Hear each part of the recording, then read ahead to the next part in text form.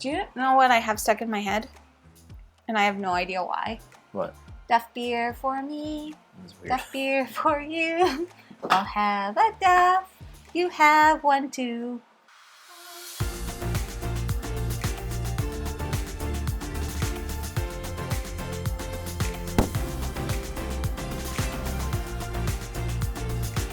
Hello everyone, welcome back to Foster the Meeple, a channel all about board games. And board gamey things. Exactly. Uh-oh, Jeff. What? Guess what happened? I don't know, Jamie. I never know when we do these things. We lost all of our board games. This time it wasn't on a walk. It was actually on a bike ride. You hate bikes. I do. And you know what? This is why I hate bikes, because every time I go on my bike, I lose all my board games. And so... And your hands go numb. And my hands do go numb. I can't feel my fingers when I ride a bike. Riddle me that one, everybody. But we lost all of our board games. So that means that we need to start our collection over again. We need to be really critical.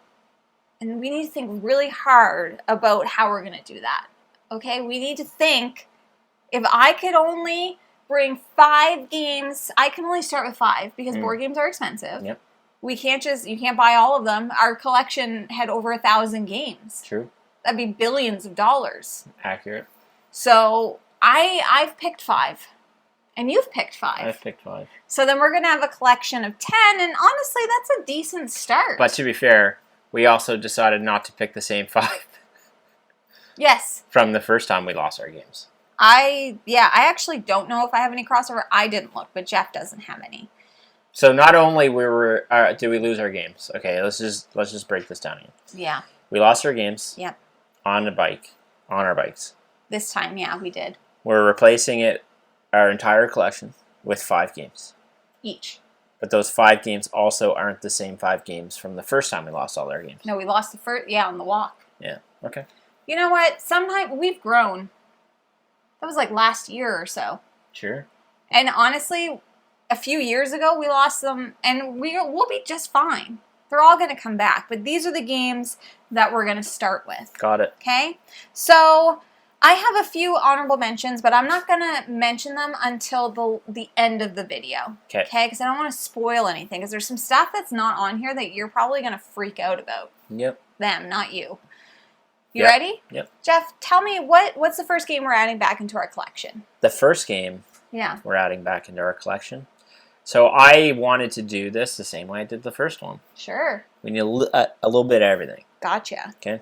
So I was like, well, we need a party game. We need something, a quick, easy card game. Mm-hmm. And that is going to be Nana. I'm happy with that choice. Nana is a memory-based card game where you are just trying to get sets of numbers. Mm-hmm. Depending on player count, it's like 1 to 12, and you're needing to get 3 of each number. How do I put it? 3 of 3 numbers. 3 of 3 numbers in order to win the game. 3 sets of 3 numbers. There's other ways to win the game, like if you get all the 7s, you win immediately. If you get sets of numbers that add up or subtract to 7, you win. So if you got the 8 and the 1, you wouldn't need to get the 3rd, you would win. It's just based off the 2 because everything's based off of 7s. Yep. And you might be like, that sounds really, really easy. Well, here's the real kicker. You are not allowed to manipulate cards in your hand. They have to go in ascending order from 1 to the highest, and they cannot be moved. So on your turn, you can ask other people what's your highest, what's your lowest, or you can ask the table. What's this card? Because there is some cards that are face down on the table. Or you could ask yourself, what is your highest or lowest card? And then you would reveal it. So then you have to remember who has what card. And again, you can't, 7s are going to be buried in the middle. So until you get rid of all the cards on the left or right of those 7s in your hand, you're not going to win with the 7s. Yeah.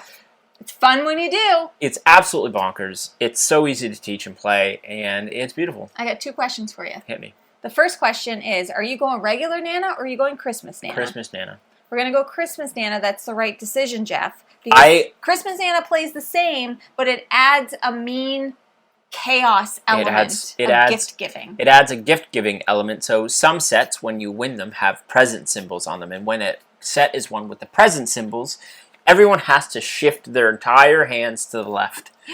it's like a Secret Santa situation, and then you're like, oh my god, You have to say Merry Christmas. I don't remember where anything was. So you have to try and remember what your cards were that you just passed off to your and what you asked left, other people. And what you've asked other people, and it's crazy. Yeah, Christmas Nana. And the second question was, it's Nana and not Trio. Correct.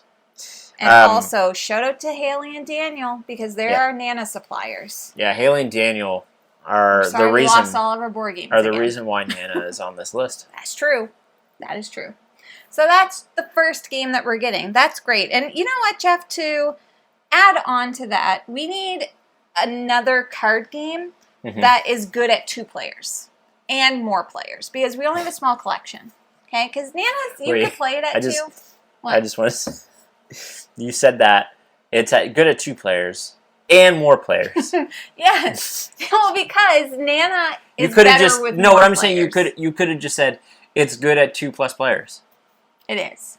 2 players and 4 players. Okay, Okay. Anyways, that is Sea Salt and Paper. I just can't picture our collection without this. It is like one of our most played games. We pick it up all the time. We bring it to every convention, every travel, every whatever. Does it have the expansion with it? Yeah. Really? It's in the box. It doesn't need the expansion. Honestly, I don't need it. My question is, are you adding the Am I allowed? More salt expansion? Am I allowed? All right, it's your list, man. Then yes. All right. I am. Sea Salt and Paper is a great choice. Yeah, Sea Salt and Paper is another set collection game, and you are just trying to get to X number of points before somebody else, and X number is dependent on the size of the group that you're playing with, 2 or more players. Do you think it's problematic that we have 2 small box card games back to back here? No, because we love small box card games. We have Nana. It's a holiday game. It's a game you play with people. We have no Freeman Freeze. Anyways, the point is, I want Sea Salt and Paper. Simple little set collection game. It's great. We love it. Not living without it. And it's beautiful. My next pick, I think, is going to be a little bit of a shocker. I wanted something that gives me some brain burniness, but also can play really quick. Yeah. That's White Castle from De Vere Games. Oh, I wasn't expecting White Castle it's a great game. is, quite honestly, one of the craziest experiences I've had in board games. Just because, like, that game plays in, like, 3 rounds. And there is a massive decision space in that game. Yeah. Like, there's so much you can do, but you have to be almost... I think why I like it so much is it reminds me of Agricola, where it's like, you basically need to be perfect. Yes. You need to be perfect with your turns, or you're not going to score well. That's true. It's so quick. There's only so many actions you can take on your turn, and the game is basically over. It's a big board presence, big strategy presence in a small box, and that's what I want. Yeah. That's what I want. That's a good De Vere game. Because I'm assuming we've lost all our shells and everything. Ugh. Gone. Yeah, I don't know how I fit them in the basket of the bike. Yeah. But I did. My next one, and the next game that we're going to have in our collection, is one that almost feels essential to us now, and that is Too Many Bones. Yeah. And I've picked Too Many Bones because it can be played cooperatively and it can be played solo. We need to have versatile games, you see? And it's also a nice, like, heavy kind of it's a bit weird because beat 'em we up. just said, like, how are you going to fit White Castle in your basket? How are you going to fit Too Many Bones? Are you taking all of Too Many Bones? Like, everything? I think, like... I mean, these base are game, our Unbreakable. Definitely base game. That's it? I want all of it, but we're going to have to work our way up to it. Like, we're not getting the brass minis back right away. As much as I would like to, Jeff. They'll come in just time. base Too Many Bones? Just base Too Many Bones. All right, that's fair. Right?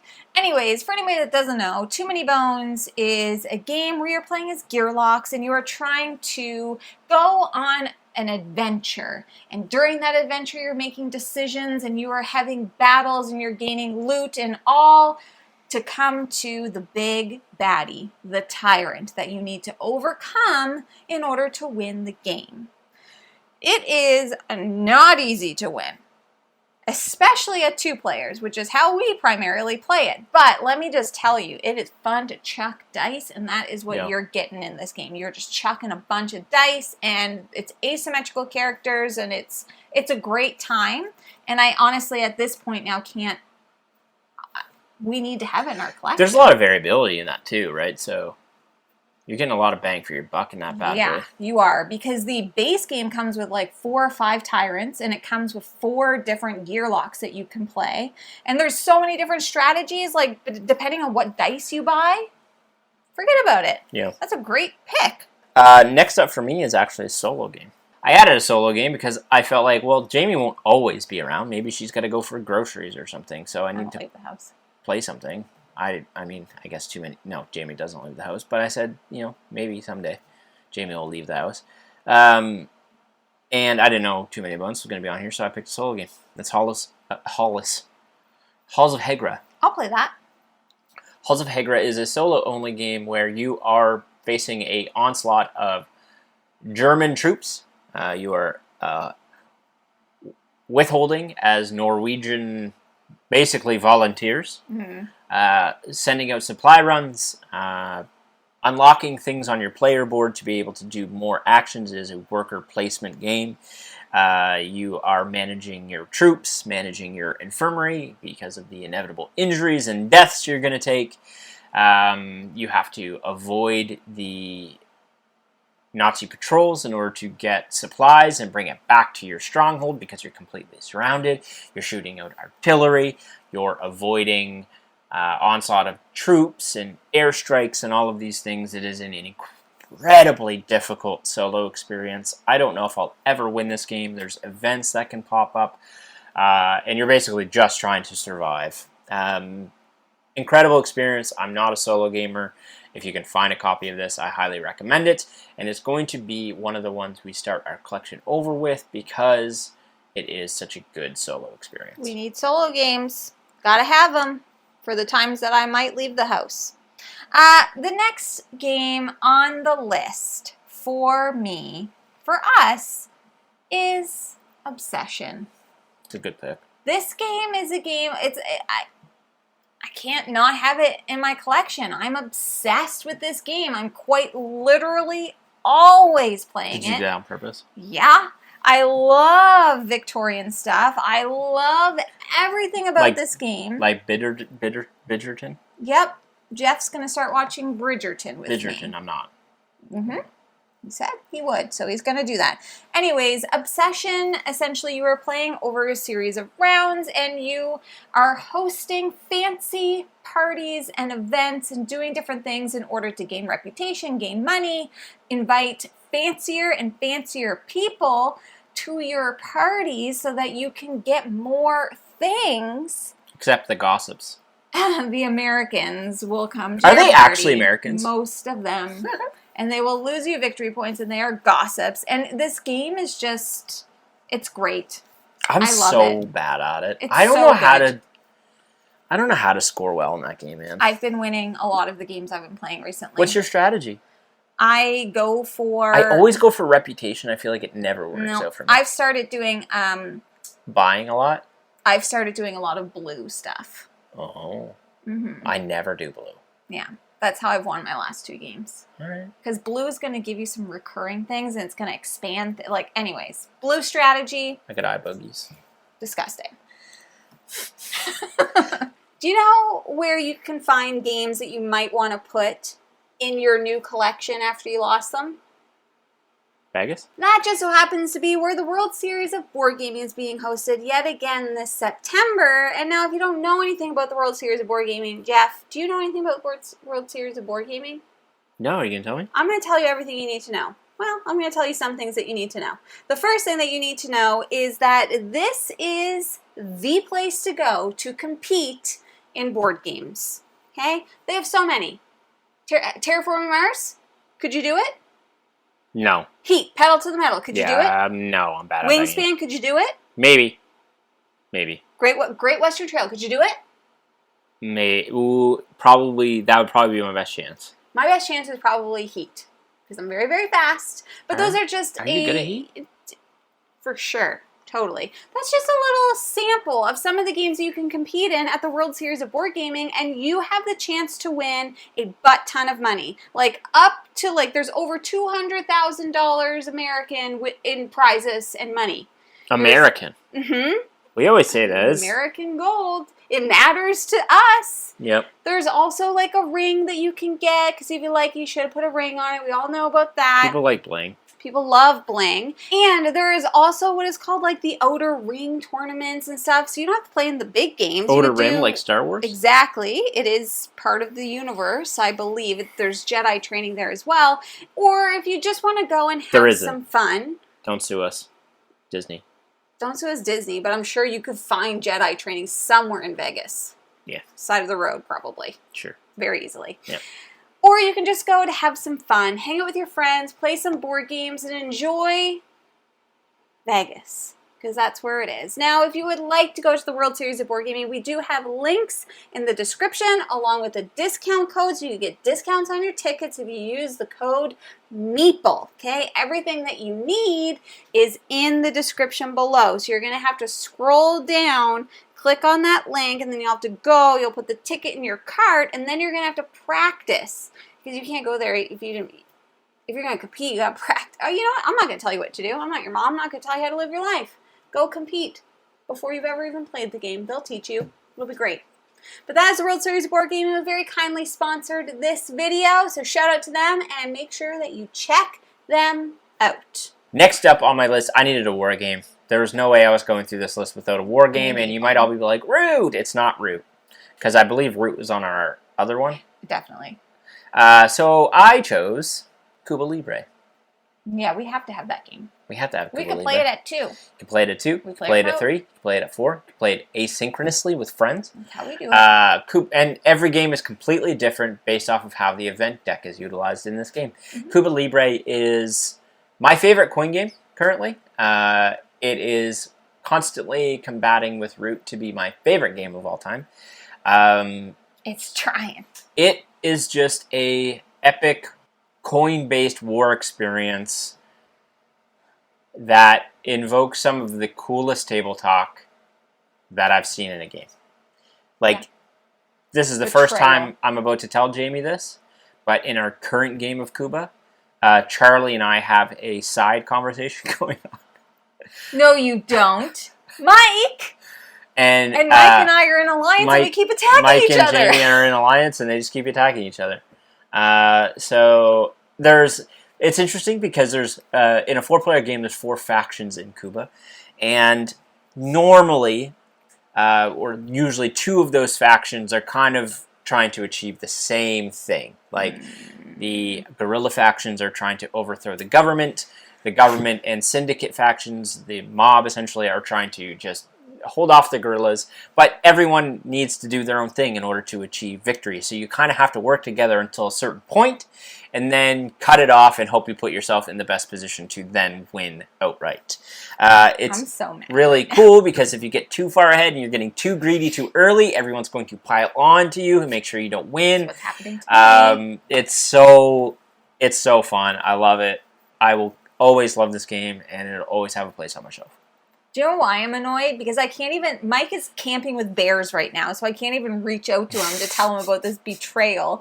And Mike and The game will be over by the time he sees this, too, I'm sure. Oh. Anyways, it's a great pick. We can't not have Cuba. Mm-hmm. My next pick is Calico. I have started to realize more and more and more how much I love Calico. You could play it by yourself, you could play it with different people, but this is my brain burning game that it just like feels good when you get the things that you need. It's got a cute theme. It's weirdly relaxing for me, even though it's quite stressful. When was the last time you played that, like, solo? Not that long. I played it solo while you were gone to Edmonton. And I just love it. Like, I love, basically you're building out a quilt and you're going to have different objectives. So you're going to have different cats that you need to satisfy the types of patterns that they like in certain formations. Then you're going to have 3 objective tiles on your quilt where you need to try and get color and pattern matching in the correct way to score as many points as possible. You're also going to be putting buttons on your quilt. Adorable. I've always liked Calico, but I think as I've played more and more games, like Calico's only like increased. Mm-hmm. Like it's That's what I mean. Like it's really good. It never gets old to No, me. every time we don't play it a ton. No, but like anytime it comes out, we revisit it more than quite a few games. Yeah, it's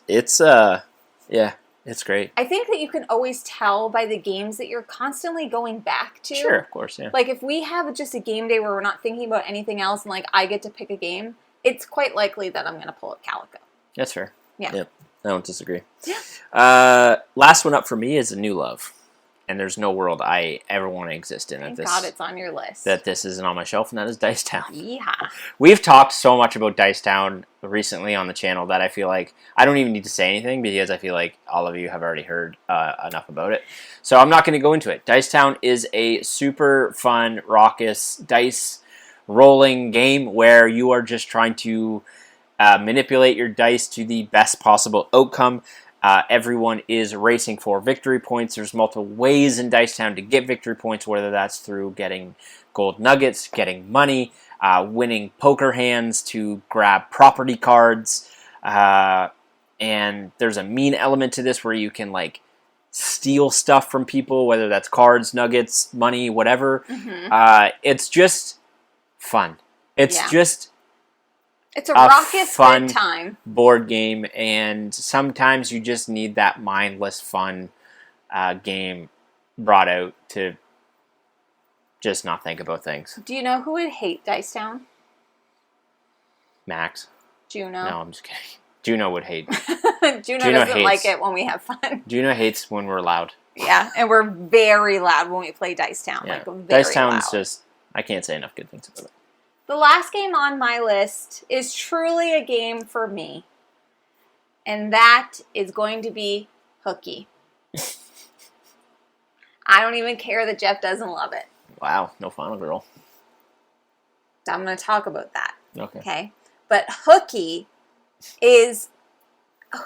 when I first played it, it has taken up a spot in my brain ever since. This is a game that I would literally never say no to. Mm-hmm. If somebody has it, and somebody at Level Up had it, and they're like, I want to play Hooky with Jamie. And I found that person, and I played it because I love this game. It's so good. So essentially, it is like a deduction game where you are trying to figure out which 3 kids from school are playing Hooky, and everybody around the table has a hand of cards of letters, and you are trying to deduce what they have in their hands so that you can figure out what 3 kids are missing from the classroom. They're playing Hooky, and there's a few kids in the playground, and you're doing that by asking people 5-letter words, and they're telling you how many of those letters they have in their hand, and you can be so sure that you know what people have. I have never played a game where I have been so shocked and just like, you feel so confident and then everything is totally crushed because someone's like, I had the J. And you're like, how do you have the J?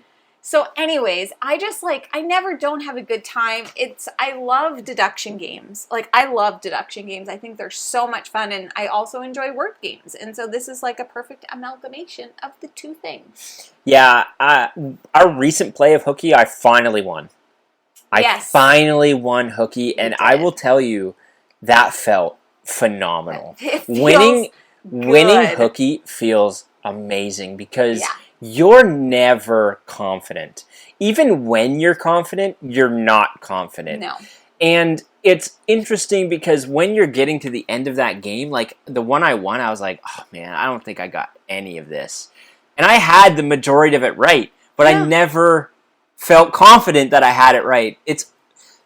You're always guessing in that game right until the very end. And honestly, I don't know if there's ever a situation where, like, you know who's going to win. It's just... because everybody's like, I don't know anything. Yeah. And there's been only one game where I've had everything perfect. So, like, it's rare. And my favorite thing and my least favorite thing at the same time that happens is when somebody is like, uh-oh. Yeah. Because, like, you ask them a word and they're like... and then suddenly they'll say that they don't have a letter that you knew that they said they had before, and they realize they've told you wrong information. So, like, you're not even confident as the person confirming the letters that you have. Yeah, and, like, There's so like you can make so many. As soon as you start making leaps in logic, You're done.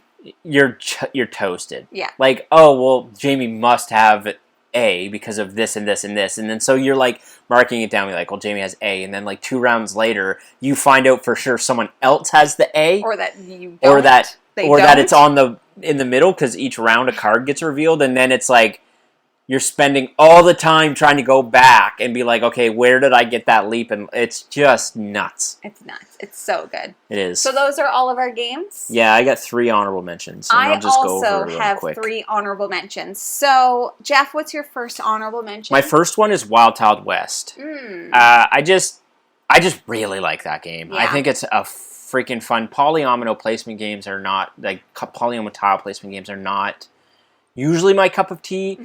Planet Unknown and Wild West, I think, are my 2 favorite. But Wild West is just, I don't know, man. There's something about that dice drafting part of it that I really, really enjoy. And it's got a beautiful table presence. So Yeah. My first honorable mention is going to be Wonderland's War. And I'm not going to lie to you. I made my list, and then I remembered Wonderland's War. it was on your first list. It was on my first list, so So, I guess technically, that's yeah. But I love this game. It's just like when you think about it in the grand scheme of things, it's so much setup. And so if I'm like none of these games have a massive setup, except for Obsession has a decent setup. But anyway, so that's Obsession my does, excuse. yeah, that's true. Yeah. Next one up for me is Grand Austria Hotel. Just a really, really good 2-player game. Just a really awesome 2-player game with an awesome decision space, and it plays relatively quickly. Yeah. And we both love it. I don't really have anything else to say. It's just a very, very, very good board game. My next honorable mention is Marvel Champions, and I decided not to put this on my list because Jeff doesn't like it, and I already put I've tried. I've already put 1 game on my list that was just for me, but I love Marvel Champions, but I would only be playing it solo, basically, so I was like, I don't need it right I've given it a college try. now. Last one up for me is Hegemony. Again, just an incredibly good board game. Yeah. You didn't have Kanban. I thought you said you were putting Kanban on your Kanban's list. on my first list. Anyway, Hegemony is, I think, got a ton of content to explore in it. Every game, it's similar to Kuba. Every game's going to be different. There's like 4 different factions you can play. The only downfall with Hegemony is the 2-player is kind of forcing you to play as 2 of the factions. You can't kind of mix and match at 2-player. But I just very much want to explore more. So It's a shard.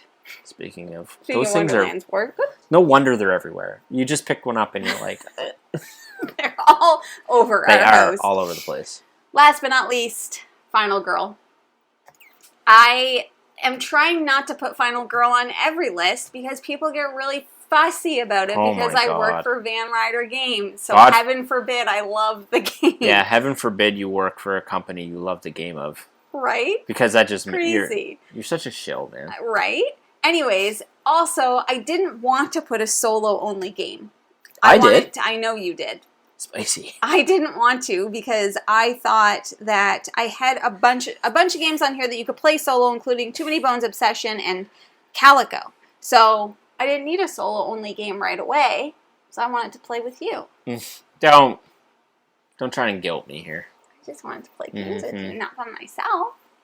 You can play Final Girl next to me playing Halls of Hegra. That's true. Totally 2 different themes. Those are the games that we would restart our collection with if, when we accidentally lost all of our games on our bike ride. Jeff got this new bike. It just goes so fast that you don't see when things fly off of it. True. It just is what it is. Yeah. Right. Anyways, we would love to know in the comments below, what are 5 games that you would start your collection over with if you lost all of your games on a bike ride or a walk, or if you were hiking, that's also walking.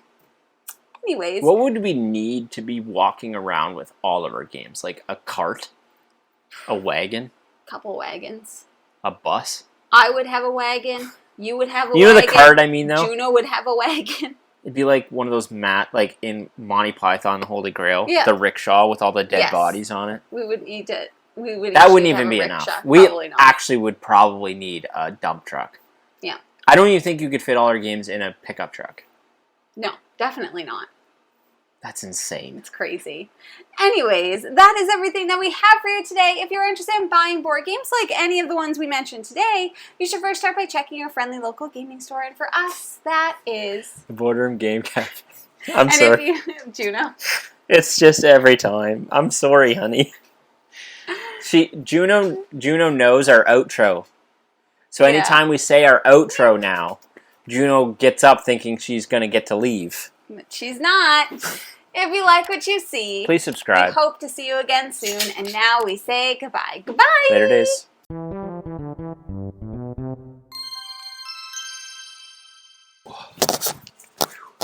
Yeah, I was going to, like, you must have just been cooking in there. Don't look at my hair. I am.